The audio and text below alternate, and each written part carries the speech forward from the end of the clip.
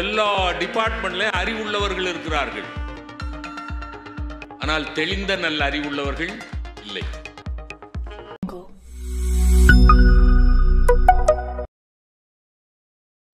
எந்த அனுபவத்தையும் திருப்பி பெற முடியாது. அதுதான் அவர் சொன்னார். நீங்க சொன்னீங்கல்ல, ஒரு அனுபவத்தை திருப்பி பெற முடியாது. அதே அனுபவத்தை இன்னைக்கு மேடையில் பேசுறேன்னா இதே தலைப்புல இன்னொரு அரை மணி நேரம் கழிச்சு பேசினா இதே மாதிரி பேசுவேனான்னு சொல்ல முடியாது. கேட்கிற நீங்க இதே மாதிரி கேட்பீங்களான்னு சொல்ல முடியாது. Because every experience is unique. Every experience is unique. அப்ப என்ன பாயிண்ட்டுக்கு வரணும்னா, experiment gives knowledge, experience gives wisdom. அறிவுக்கும் தெளிந்த நல்ல அறிவுக்கும் உள்ள வித்தியாசம், அறிவியல் சோதனைகள் அறிவை தருகின்றன, ஆனால் வாழ்வியல் அனுபவங்கள் தெளிந்த நல்ல அறிவை தருகின்றன. அதனாலதான் பிசிக்ஸ் ப்ரொஃபஸரை பார்த்து படிச்ச அறிவு இல்லாம பேசுறீங்கன்னா அவருக்கு பிசிக்ஸ் அறிவு இருக்கும், இயற்பியல் அறிவு இருக்கும், ஆனால் வாழ்வியல் அறிவு இருக்காது.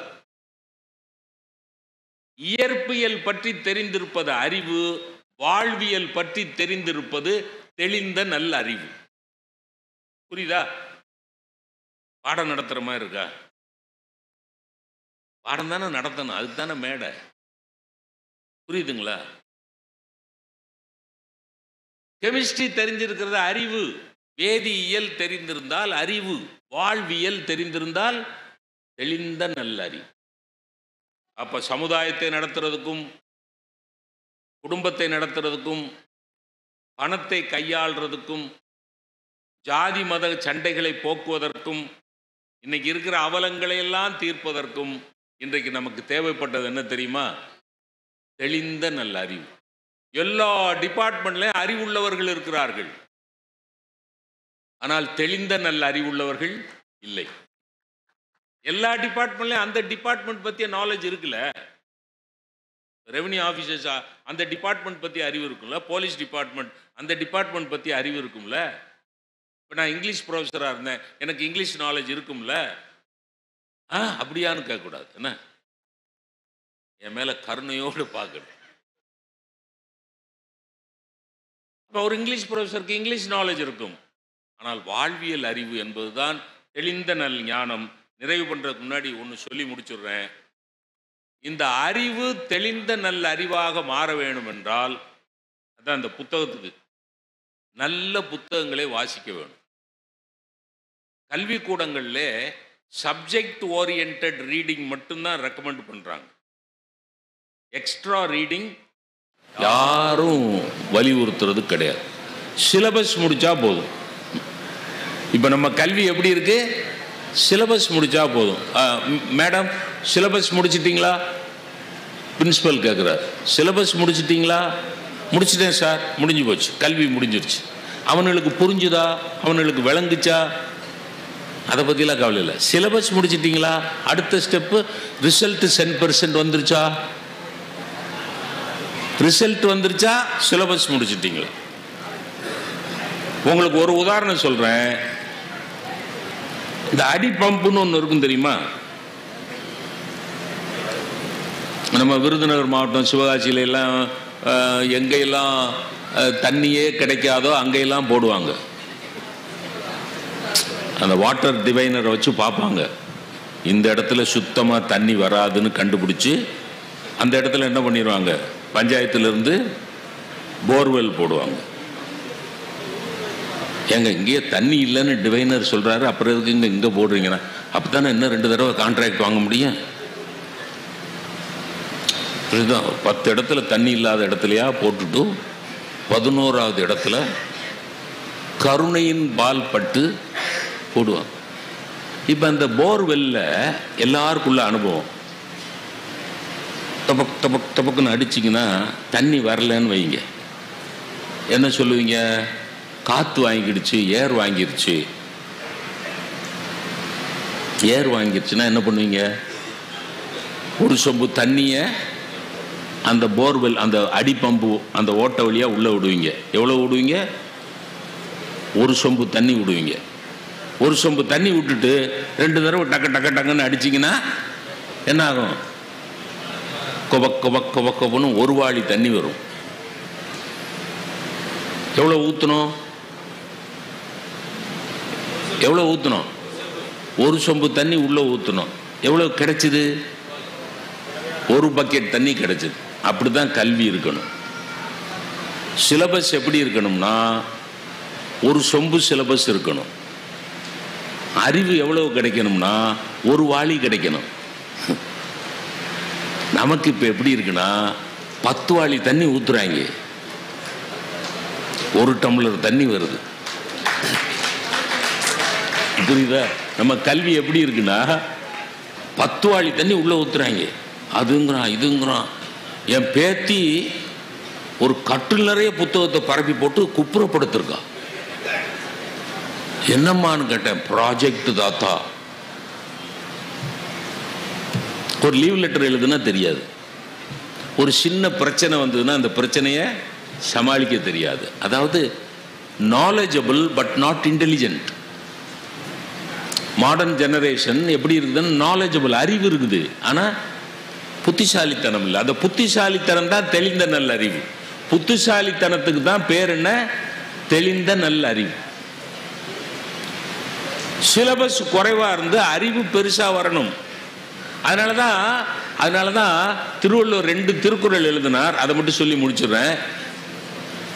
தொட்டனைத்தூரும் மணற்கேணி, மாந்தர்க்கு கற்றனைத்தூரும் அறிவு. அந்த திருக்குறள் ஒரு அழகு இருக்கு. என்ன தெரியுமா? ஆற்றுல தண்ணி வத்திட்டாலும் நிறைய தண்ணி ஓடிக்கிட்டு இருந்த ஆற்றுல லேசா மண்ணை பறிச்சிங்கன்னா என்ன கிடைக்கும்? என்ன கிடைக்கும்? தண்ணி கிடைக்கும், ஊற்று கிடைக்கும். லேசா மண்ணை பறிச்சா கிடைக்கணும். நீங்க 250 அடி 350 அடி 450 அடி அதை ஒரு மிஷினை கொண்டாந்து வச்சு அடிக்கிறாங்க. அந்த காலனியில் ஒரு வயல் அன்னைக்கு ராத்திரி தூங்க முடியல. ஆனால் அந்த மெஷினுக்கு அடியில் 2 பையன் படுத்து தூங்கிக்கிட்டு இருக்கான். புரியுதா? அந்த சத்தத்தில் அந்த காலனியில் 150 வீட்டில் ஒரு வயலும் தூங்கலை. தப்பு தப்பு தப்பு தப்பு தப்பு தப்பு தப்புன்னு அடிக்குது. ஆனால் நேராக அந்த மெஷினுக்கு அடியில் 2 பையன் படுத்து அழகாக தூங்கிட்டு இருக்கான். தெளிந்த அறிவு உள்ளவங்க. இதுதான் வாழ்க்கைன்னு புரிஞ்சுக்கிட்டான். துப்பு துப்பு துப்பு துப்பு துப்பு துப்புன்னு 500 அடி 600 அடியெல்லாம் தோண்டக்கூடாது. எப்படி இருக்கணும்? தொட்டு அனைத்தூரும் மணற்கேணி, மாந்தர்க்கு கற்று அனைத்தூரும் அறிவு. அப்படின்னா என்ன அர்த்தம்னா, எஜுகேஷன் ஷுட் பி ஈஸி. கல்வி என்பது கடினமானதாக இருக்கக்கூடாது, எளிமையானதாக இருக்க வேண்டும், ரசிக்க தகுந்ததாக இருக்க வேண்டும். கல்வி ரசிக்க தெரிந்ததாக இருந்தால் தகுந்ததாக இருந்தால்தான் தெளிந்த அறிவு கிடைக்கும். இன்னொரு திருக்குறள் எழுதினார், அதை சொல்லிட்டா முடிஞ்சிடும். அறிவுனா என்ன? தெளிந்த நல்ல அறிவுனா சென்ற இடத்தார் செலவிடாது தீது ஒரீ நன்றின்பால் உய்ப்பது அறிவு. அப்படின்னா என்ன? கண்ட திசைக்கு போகக்கூடாது மனசு. நல்லதின் மேலேயே போய் மனசு நிற்கணும், அறிவு நிற்கணும், புத்தி நிலைக்கணும். நல்லதின் மேலேயே புத்தி நிலைச்சா அதுக்கு பேர் தான் அறிவு. சென்ற இடத்தால் செலவிட, மனசு அங்கே இங்கேயும் அலபாயக்கூடாது, நல்லதில் மட்டுமே போய் கான்சென்ட்ரேட் ஆகணும். அதுதான் சரியான கல்வி. நல்லதிலேயே கொண்டு போய் நிறுத்தணும். எது சரி, எது உணர்வு ரீதியாக சரி என்று புரிந்து கொள்ளக்கூடிய பக்குவம் வந்தால் அதற்கு பெயர் தெளிந்த நல்ல அறிவு. இப்போ நான் என்னோட மனைவியோடு வந்திருக்கிறேன். எங்கள் பக்கத்து வீட்டில் ஒரு நாய் வளர்த்தாங்க சார், ஒரு பொமரேனியன் நாய், சிவகாசியில். நீங்கள் கதையெல்லாம் சொன்னீங்க, படித்தது, நான் சொன்ன நடந்தது சார். அது நல்லா பொசு பொசுன்னு அந்த நாய் பிரமாதமாக இருக்கும்.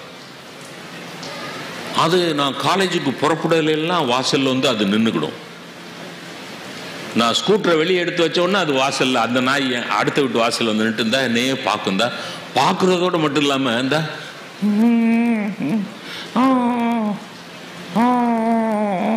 அப்படிங்க. டெய்லி நம்ம புறப்படையில் இந்த நாய் எதுக்கு வந்து வாசலில் நின்றுட்டு அழுவுது? இப்போ எனக்கு அறிவு ஜாஸ்தி, என் மனைவிக்கு தெளிந்த நல்ல அறிவு.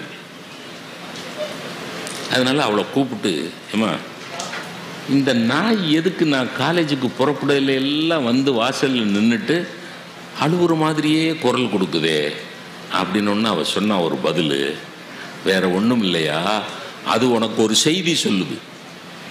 என்ன செய்தினா, ஆறறி உள்ள மனுஷன் நீ சாப்பாட்டுக்கு நாயா அலையிற.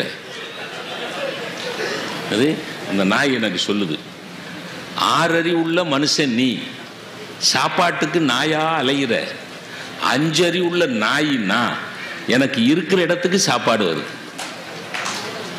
ஆறறிவு பெருசா அஞ்சறிவு பெருசா? இது தெளிந்த.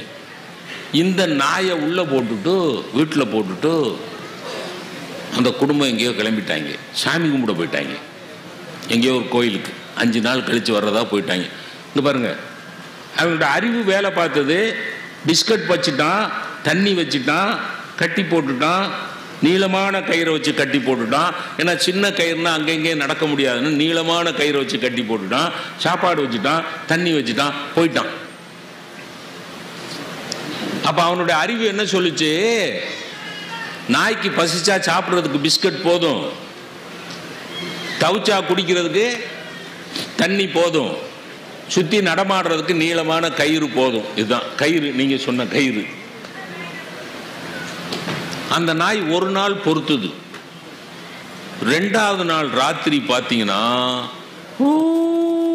அழுகுது. நாங்க பக்கத்து வீடு.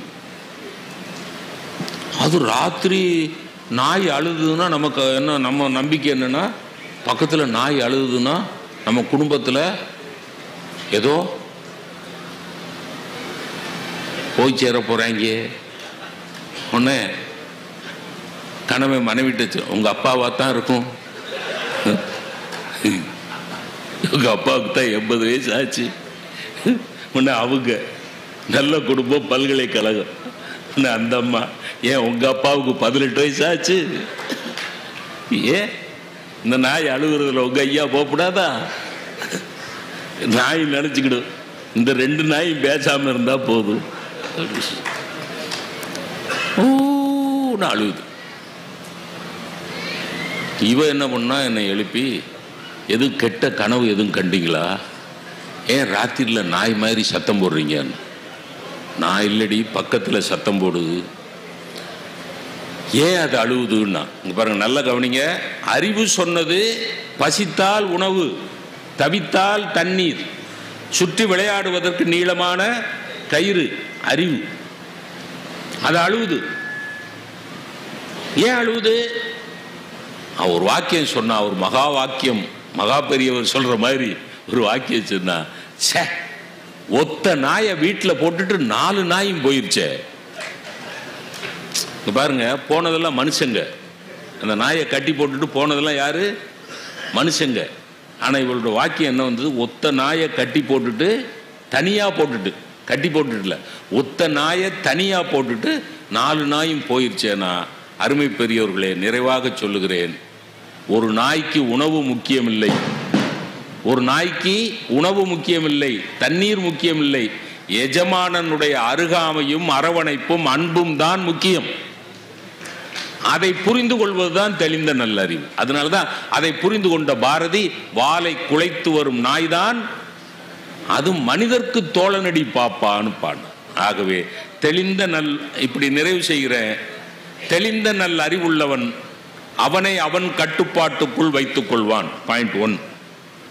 தெளிந்த நல் அறிவுள்ளவன் அமைவதல்ல வாழ்க்கை, அமைத்துக் கொள்வதுதான் வாழ்க்கை என்று அறிந்து வைத்திருப்பான்.